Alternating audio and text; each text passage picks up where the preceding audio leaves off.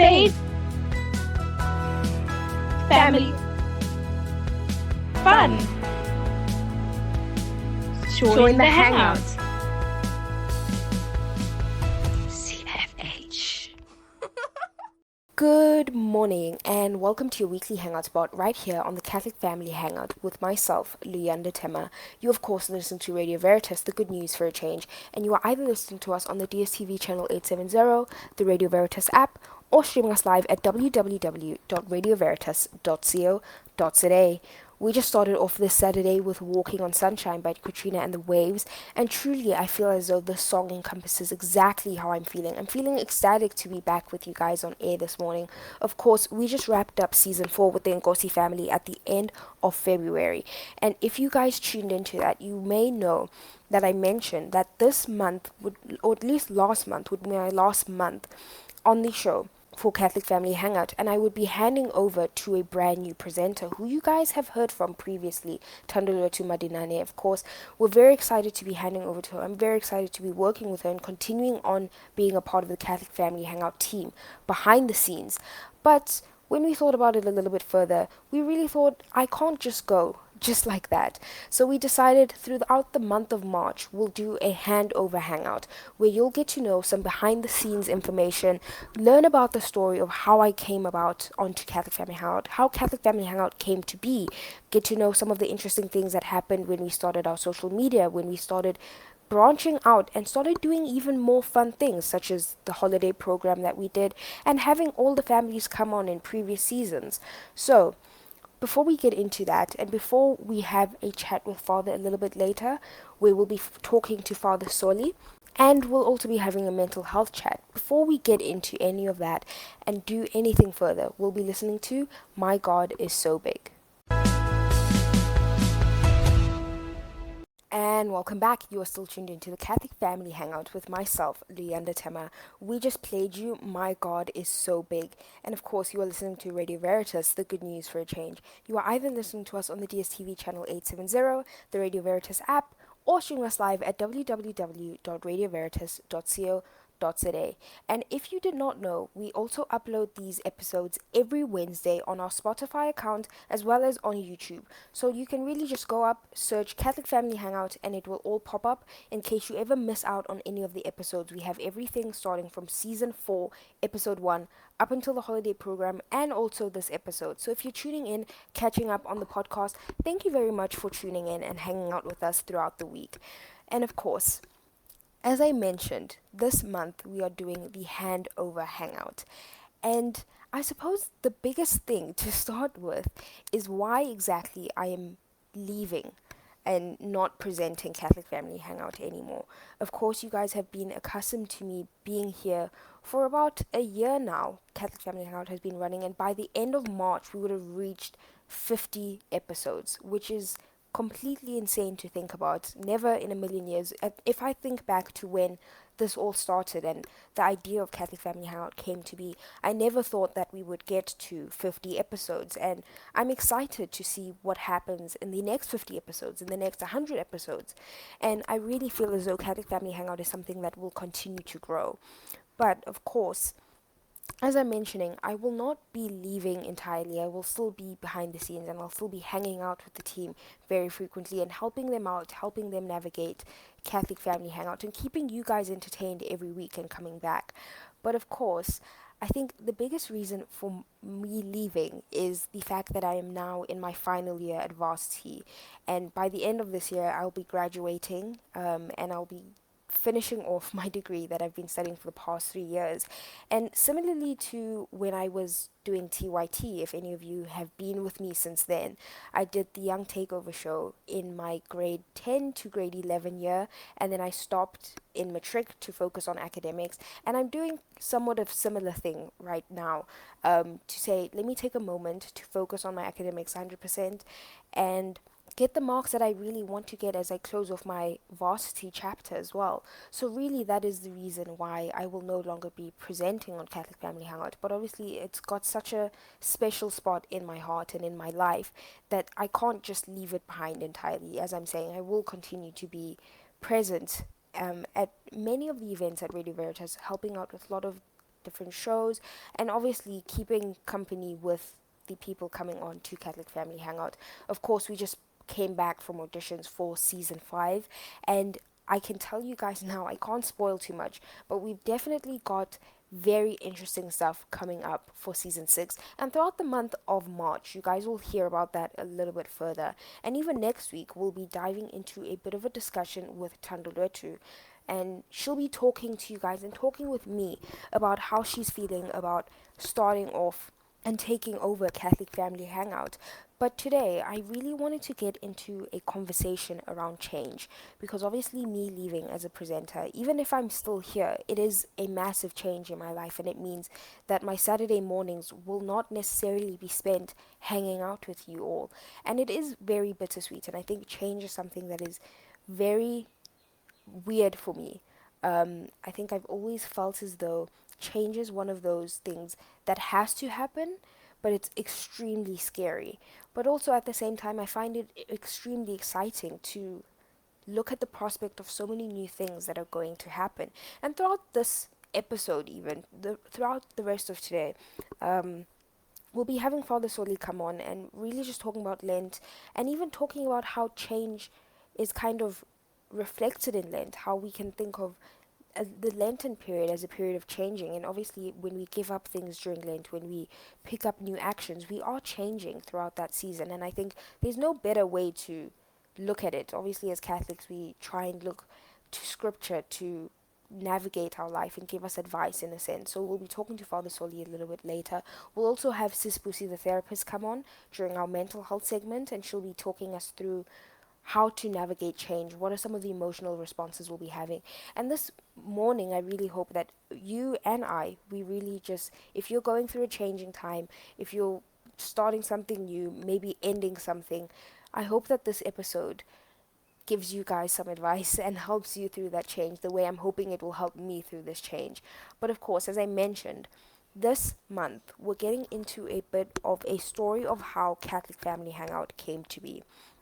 And honestly speaking, as I mentioned, I was on TYT in grade 10 to 11, and when I had left for my studies in matric, I really did not think that I would be coming back until around June 2023, and I got a call from Gananelo. Many of you may know her, and she has really been an inspiration to me throughout this journey of being at Radio Veritas. She's been almost like a mom away from home, guiding me through this journey that I've been on.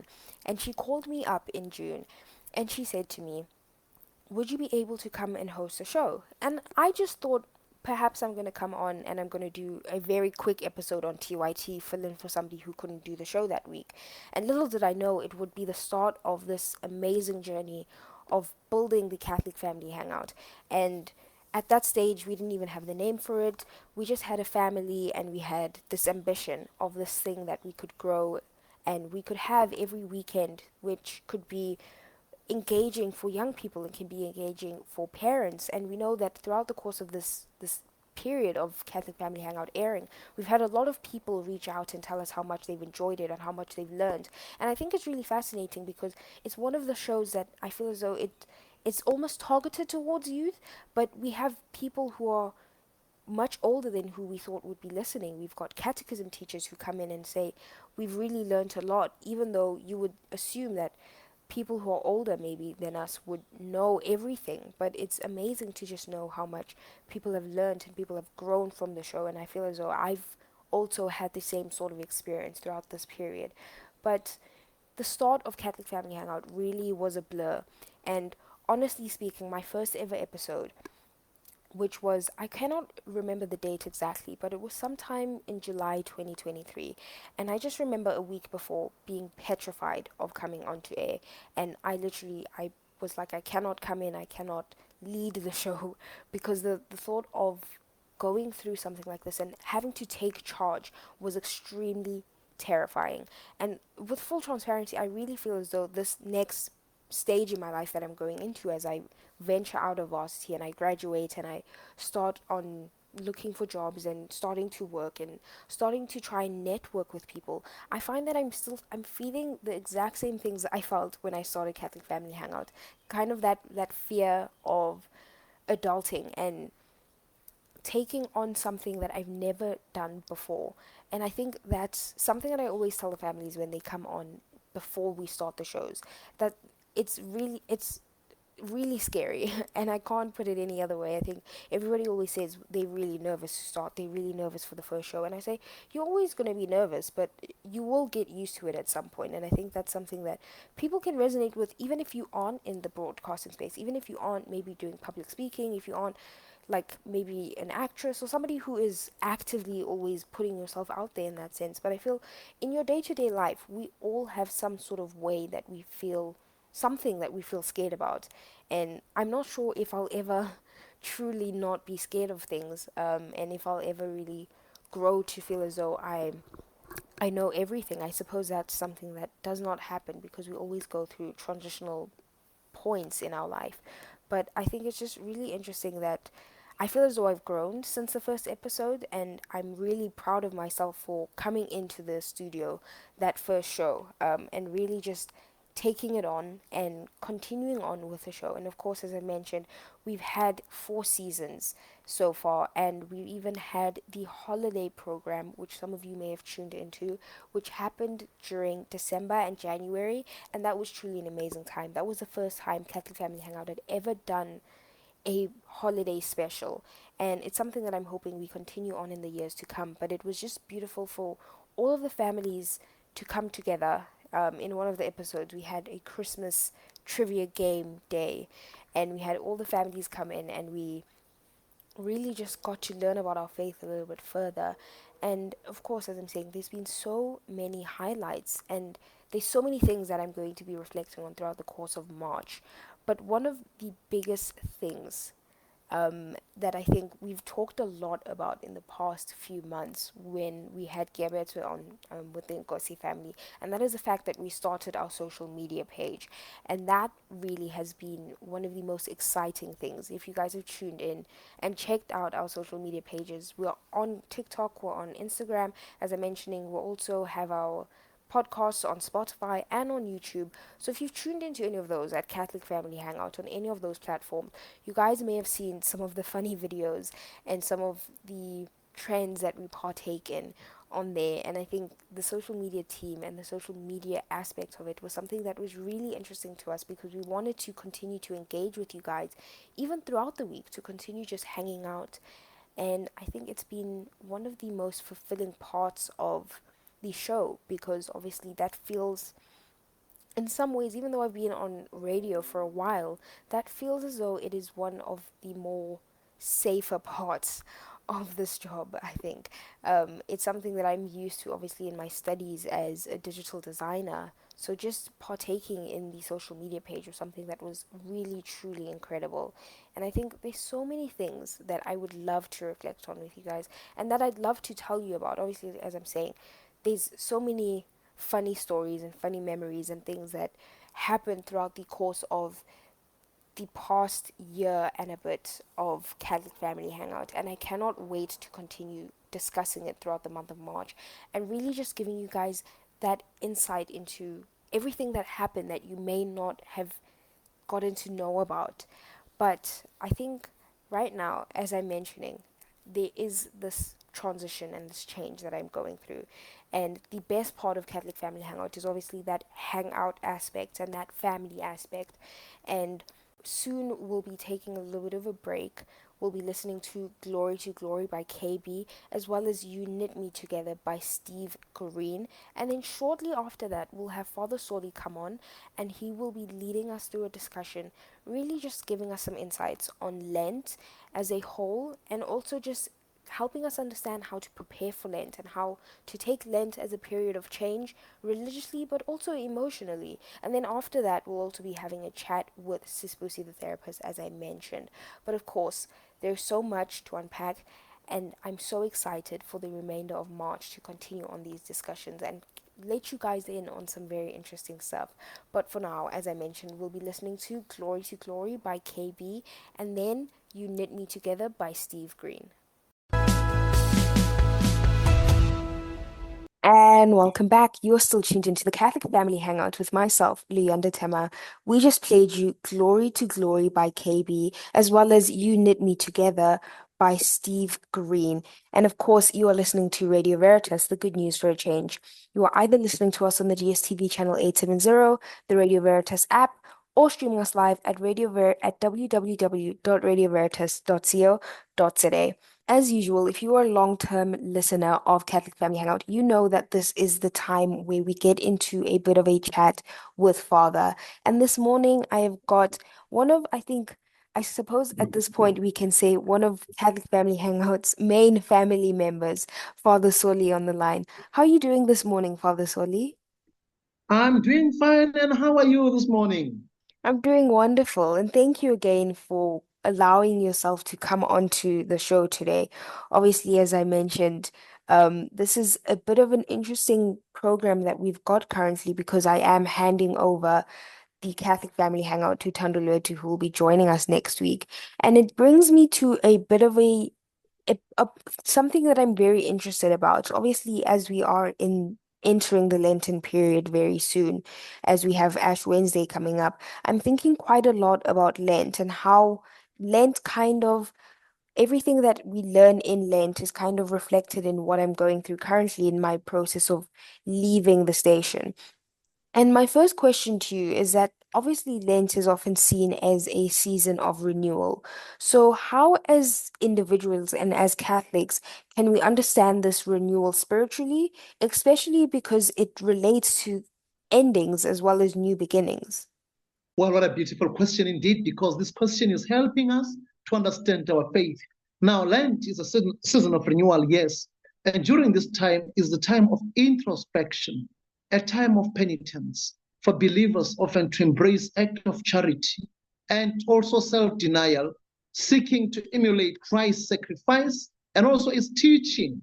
It is a season marked by prayer, fasting, and almsgiving as the faithful contemplate the profound mysteries of sin, redemption, and divine love. And the austerity of Lent serves not as an end, but a means to renew one's faith, culminating in the joyous resurrection of Easter Sunday, when the promise of eternal life is celebrated with exultant heart and also uplifted spirit. Now, Lent is more than just a tradition. It is a heartfelt commitment to walk closer with God. It is a time for believers to reflect on the sacrifice of Christ and also to emulate his life and service and devotion. And the practices of fasting, prayer, and almsgiving, which I just mentioned them, are not mere rituals, but avenues to deepen one's faith and compassion towards others. Thank you, Father. And as you're mentioning, on the topic of kind of fasting and resetting, is fasting and prayer and abstinence and penance rather a way, the only way for us to reset our faith during this time period of Lent, or is there other ways which you would advise us to kind of get into a very mindful spirit as we enter the Lenten period? Okay, let's just take this approach of fasting. When you talk of fasting, people they think that actually we abstain from meat. It's more than that. You can fast from something which harms you. You can fast from something which you're addicted to, being addicted to a cell phone, being addicted to a television. And in that fasting, you are going to do something good in that. You are giving out actually something which is going to help you to grow in faith, or something which is going again to help other people, you know. And when we talk of fasting, people they just think that we are going to not to eat food, not to eat meat, we're going to eat fish. It's more than that. You fast so that other people may be able to be joyous. So this is what I can say in a nutshell when you talk of fasting. Fasting is very important because it makes us closer and closer to God. It's when we realize that we need that kind of humbling ourselves, giving out ourselves, reflecting on giving oneself or giving what really troubles me or what really blocks me to do good. Thank you, Father. And obviously, I think what's very important is you are mentioning the importance of reflecting on our habits. Because I think it's interesting, and that's why we wanted to have you on this morning, because Lent, I find, is one of those periods of change. As you are mentioning, you obviously can take up doing a good action, a good deed, or you can give something up during the Lenten period. How would you advise us to go about deciding on what we should be giving up and the changes that we should be making in our lives, especially during the Lenten period? Because I feel as though it serves as a reminder of the actions that we maybe want to stop doing and some of the actions that we want to pick up doing. Now, first and foremost is that Lent should help us for it to be meaningful. Actually, there should be a change. Yes, make a commitment to grow spiritually. And then you reflect on the meaning of Lent, for example, through times of silence, and make a commitment to experience the Holy Spirit in a powerful and transformative way over 40 days. That kind of silence of heart. How will you invite people to enter into your heart so that they may also change? How will you make those practices in the church? First and foremost, practice daily Bible reading. The Bible, it gives us all things which has to be done in our life. Many people do not have a habit of reading the Bible, and most do not take the Bible to church and haven't opened their Bible, in years. Reading one chapter, from the Synoptic Gospels or from the Gospel of John every day, start a simple prayer.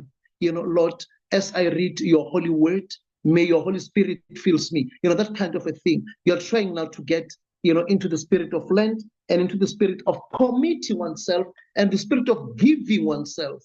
Then engage in one of the devotions.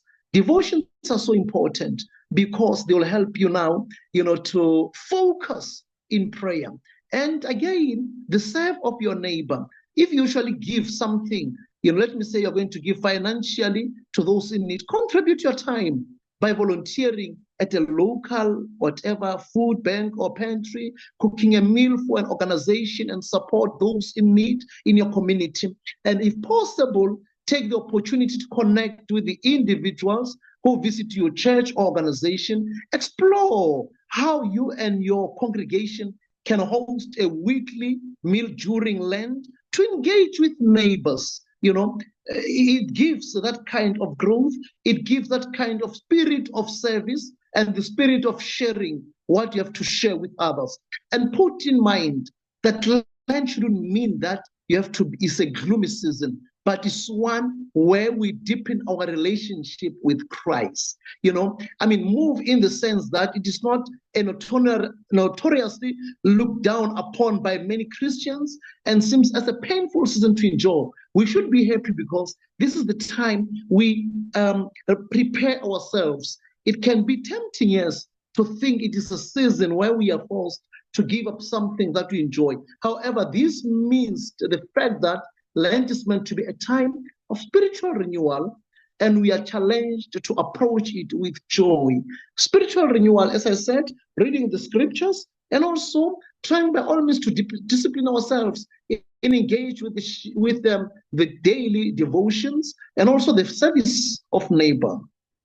Thank you, Father. And I think what you mentioned about obviously deepening our relationship with God specifically struck with me, because I think during periods, Lent, I think, obviously serves as a reminder of the sacrifice that God and Jesus has done for us as Catholics and as people. But it's obviously a reminder as well to deepen and understand our relationship with them a little bit further. And before I let you go, I wanted to know, obviously, in Lent, these are some of the things that we are thinking about, the spiritual renewal, as you are mentioning, our relationship with Christ. But for people who are maybe going through changes in their lives outside of just the Lenten period, how would you advise them to really take the time to connect with God more and rely on God in the times of trial and tribulation, and maybe even the anxiety that some people might be facing when it comes to transitioning into a new period in their life? Well, it's not easy, but I would like first and foremost that for Lent to be so meaningful, let them meditate on the passion of Christ. Christ suffered, and now we're going to carry the cross with Christ. Each and every suffering, just take it as a blessing and working with Christ. especially a reflection on the Station of the Cross. And I'll also ask them to spend some time in the Eucharistic adoration, contemplating Christ's real presence. Christ is there to give himself to us. This is now Lent as a time of prayer. And Allah even encourage them to pray the rosary, learn how to pray the rosary, entrusting our Lenten journey to the intercession of Our Lady. The frequent reception of the sacrament of reconciliation, that they frequent the sacrament of reconciliation, where we encounter the Lord's boundless mercy. And through these practices and more, we'll allow ourselves to be drawn into a more intimate communion with Christ. And I'll say also, we are called to charity, almsgiving, and love in action. You see, Lent is also a time to live out the gospel through acts of charity.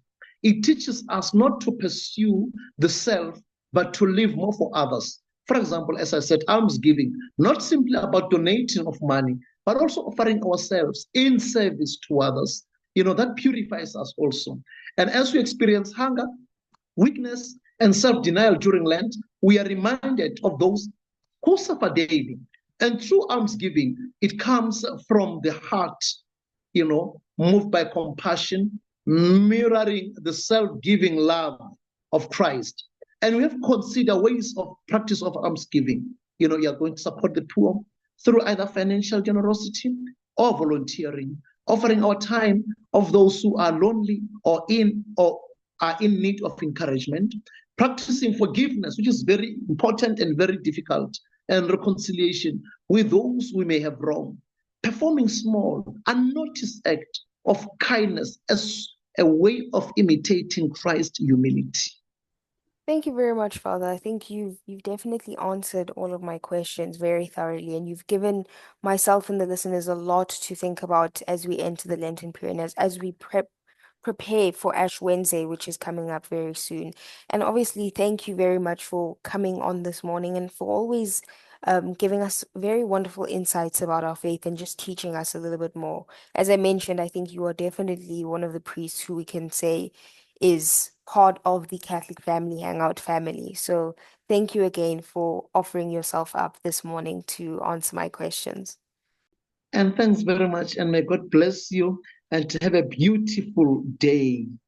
Thank you, Father. You too. And with that, I think the perfect song to listen to right now is How Great Is Our God by Chris Tomlin.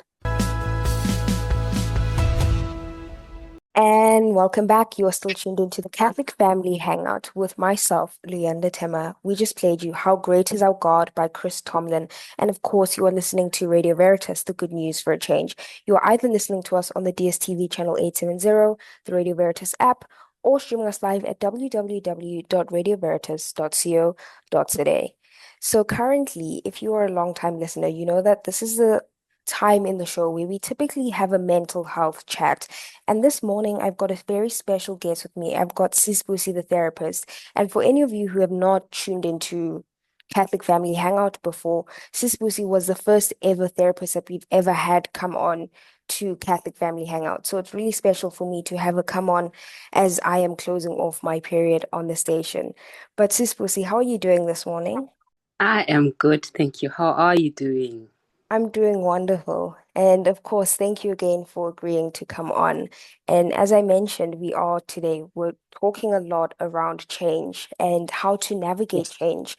I think it's something that as young people, as old people, anybody can kind of relate to this idea of something happening in your life and something changing. And obviously, it's a natural part of life, but it's very difficult to deal with. So I wanted to ask you, Yeah. what are some of the common emotional responses that people may have when they are dealing with change and facing changing times? So change actually, as you're saying, it's one of the most difficult things or moments that one can experience because there's so many uncertainties. You don't know what kind of change are you getting, whether be it good change or bad change. So change on its own, it's always frustrating. Now let's make an example of a perfect change. If you're changing your house, painting your house, renovating your house, you sit there and you kind of feel like, I wonder if I'm going to love what I see. And the process of change is what's difficult, because you're seeing them taking off the old paint and trying to put the new paint, removing this old furniture, trying to put the new one. So it's a messy situation. So if you can take that example and make it as part of your life, to say, when I'm going through change, I'm literally going through a proper renovation, and it's a messy situation. I don't think you've ever seen a house that's renovated that's clean. It's it's not clean, it's messy. So you are expected to see stumbling blocks, you're expected to see smooth, but at the end of the day, change can come up with some goodies that you don't know what to expect. So yeah, I would say the most difficult part about it is to think about the change and overreact on the change, and always want to see the results of the change, because it's a process. So that anxiousness of waiting for the results, those would be the emotions that are going around. Will I make it? Will I be able to do good enough? Will I fit in? Will I connect? So there's a lot that one goes through when it comes to change. Yeah. I love the fact that you kind of likened it to a home renovation, because I think one of the key parts of what you're saying is even the fact that it is obviously a process. Often, sometimes there are things that change overnight almost, and then there's obviously things that we gradually are aware are going to start happening and start changing. And Yeah. I wanted to know then, if we are in a mindset, obviously, of being able to prepare somewhat for this change, why do you think it's important for us to reflect on what we are doing before we are changing? So, like you're saying, even with your example of doing a house renovation, you don't just wake up one day and decide, I'm going to paint my wall green per se. You'll probably think Yeah. about, I want to break down this wall, I want to put in this feature, I want to do this. So, Yeah. why is it important for us to kind of reflect on the changes that we're making before we make them, if we are in the position to be Because, planning this out? yeah. Yeah, so remember, when change is happening, we want to take ourselves back emotionally to say, how did I feel that time when something like this ever had happened to me? It can be a change of school, to go back to say, when my parents said, let me change school and go to a different school, how was that experience?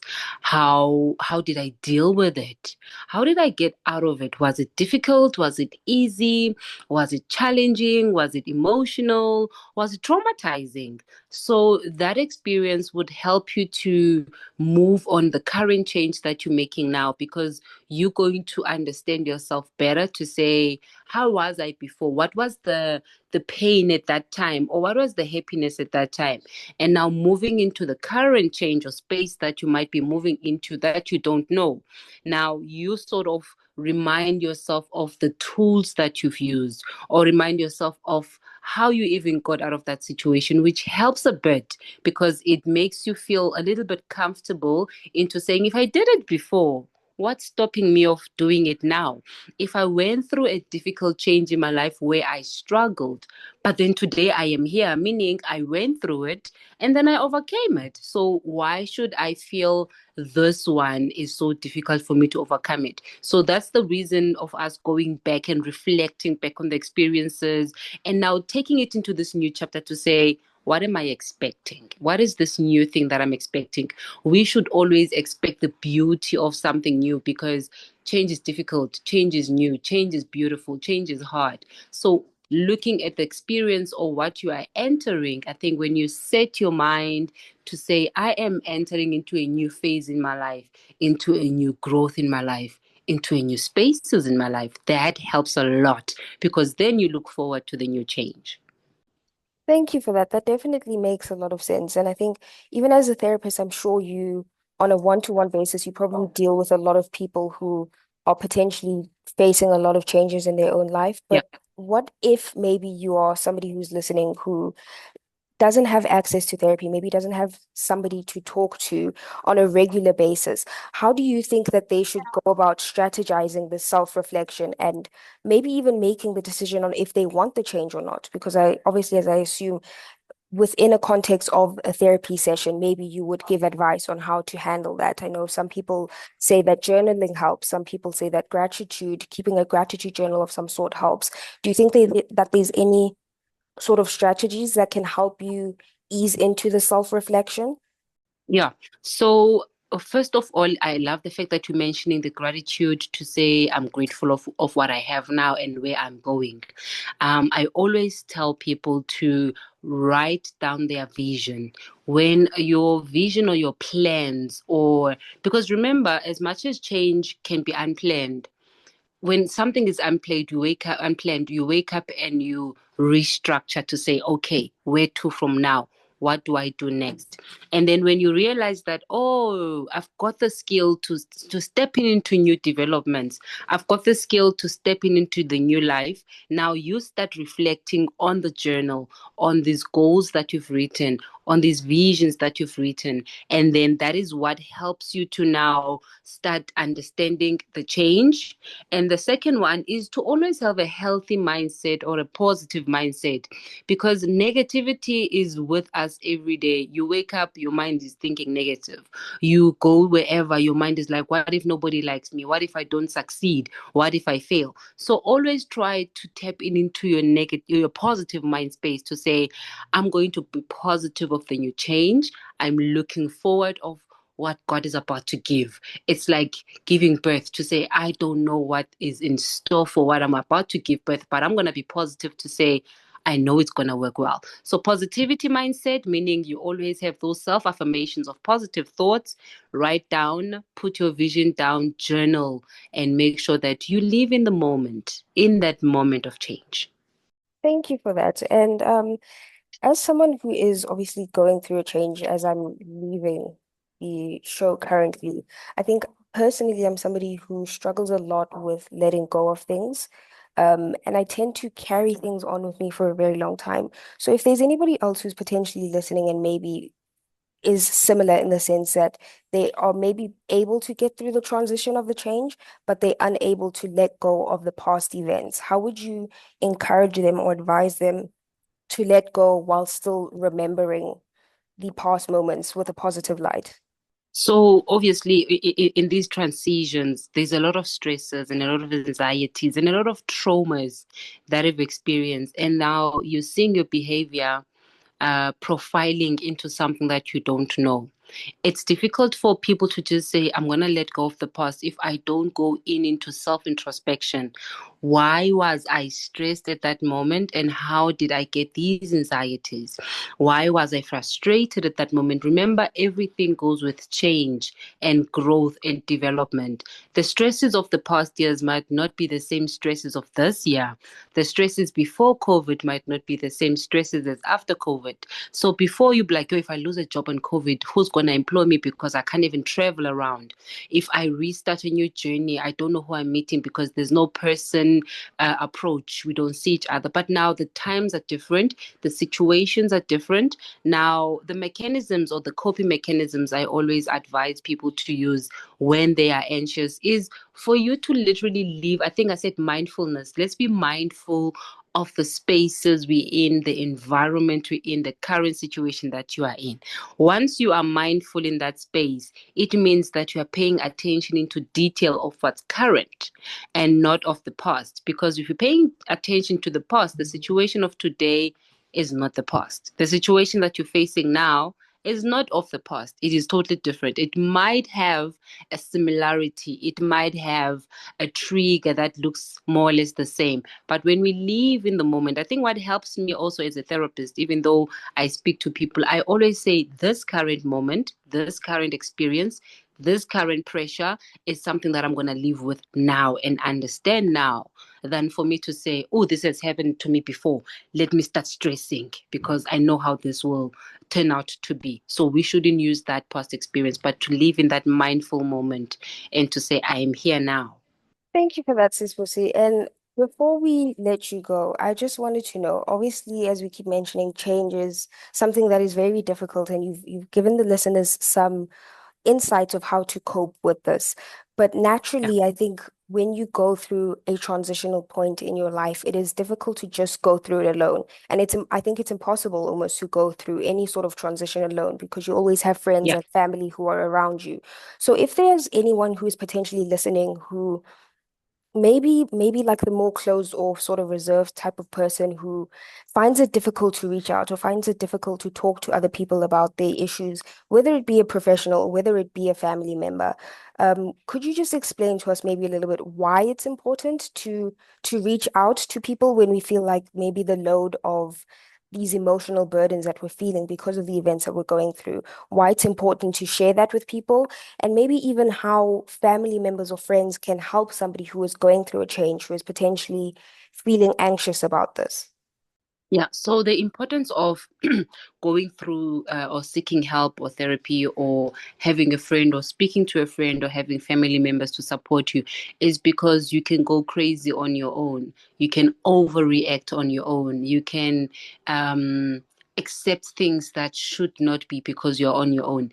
But with the support of somebody who says, I understand your journey, I understand your change, I understand your growth.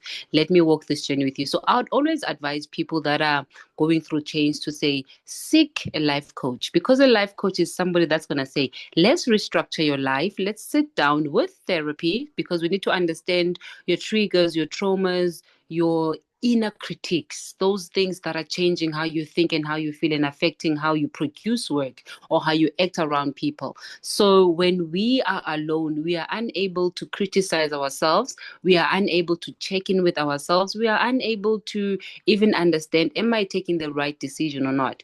But when we seek professional help, maybe from a life coach or a therapist or somebody that can support you, it shows that you are not alone. You've got people that are standing with you, and it's easier for them to say, look, we are holding your back. What do you need? How can we move with you?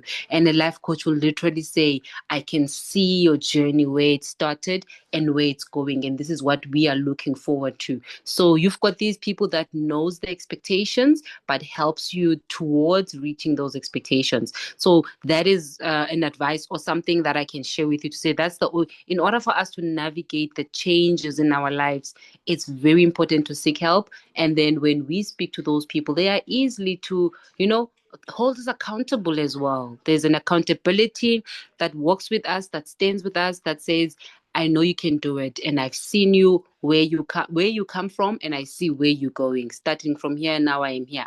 So on your own, it's difficult to celebrate those moves or even stop yourself from overreacting and overthinking. But with somebody, it is quite easy to say, I've got somebody who holds my back. So yeah, and yes, I think for me that's about a mouthful that I can say on this part. Thank you for that, Sis Lucy. I think you've given the listeners as well as myself a lot of insights of how to navigate these challenging times of change.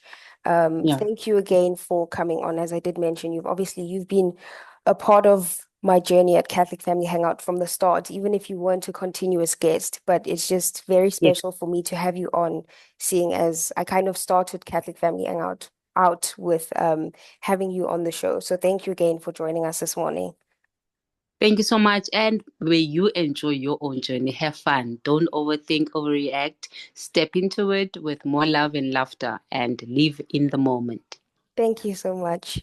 Have a blessed day ahead, Sis Pussy. You too. Bye. And that was Sis Pussy, everybody. I hope you all got some wonderful insights on how to deal with challenging times. And of course, throughout the month of March, we'll continue to discuss this a little bit further. But I think the biggest thing that Sis Pussy has mentioned is that life is obviously a journey. And I think the perfect song that encapsulates all of this is Life is a Highway by Rascal Flatts. And that was Life is a Highway by Rascal Flatts from the Cars movie soundtrack.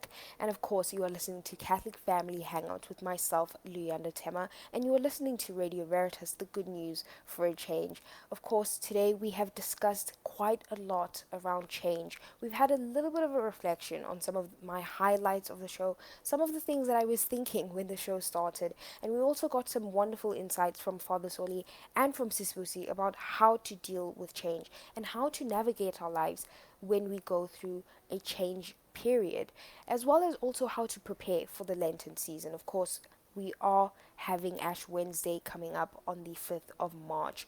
And of course, as I keep mentioning, there is a lot that we will be continuing to unpack throughout the course of March. And this is the perfect time, guys, if you have any questions, comments, anything that you'd like to let us know, anything that you'd like to know about Catholic Family Hangout, you can always send us a message on 074 206 2606. Let me know any questions that you have about maybe the history of Catholic Family Hangout, maybe even any questions that you'll have for Tandaloetu, maybe questions that you'll have for what's coming up in the shows to come, in the seasons to come. And of course, we will also be taking any questions that you guys have on our TikTok and our Instagram page. We'll be posting Q&As almost daily on there. So go give us a follow on Catholic Family Hangout on Instagram and TikTok, and we will be sharing a lot of information on there as well. But unfortunately, we have reached the end of today's episode. Thank you so much for tuning in and hanging out with me. And I cannot wait, as I'm saying, for the last month that I will be spending with you guys on Catholic Family Hangout. But for now, from myself, Leander Tema, have a wonderful day ahead and tune in again, same time, same place, on your favorite Catholic Family Hangout spot.